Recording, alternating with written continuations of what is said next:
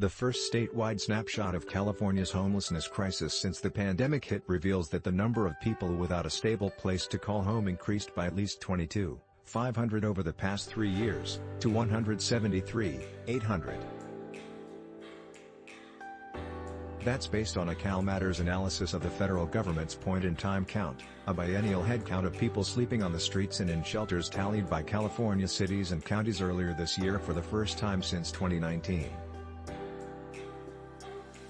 Homelessness experts mostly attribute the rise to precipitous drops in earnings during the pandemic among Californians already teetering on the edge.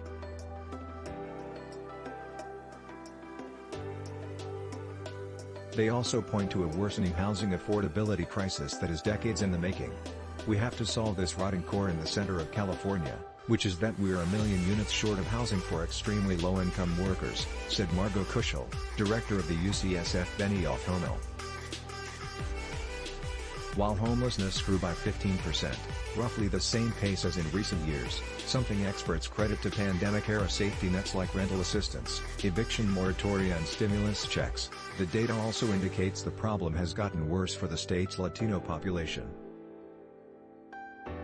Critics are quick to point out the state is spending more than $14 billion on homelessness.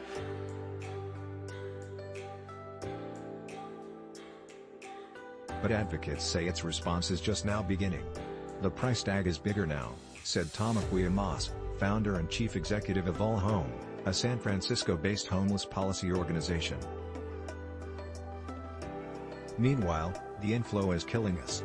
The numbers show the state's investment in shelters is bearing fruit. California created more than 14,000 shelter beds between 2019 and 2021, federal data shows.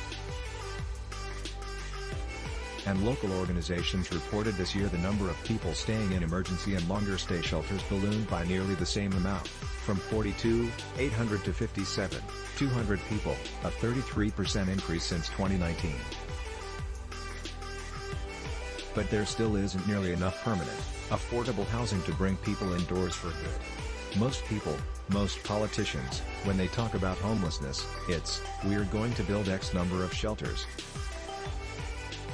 It's shelter, shelter, shelter, said Christopher Ware, president of the Center for Homeless Inquiries.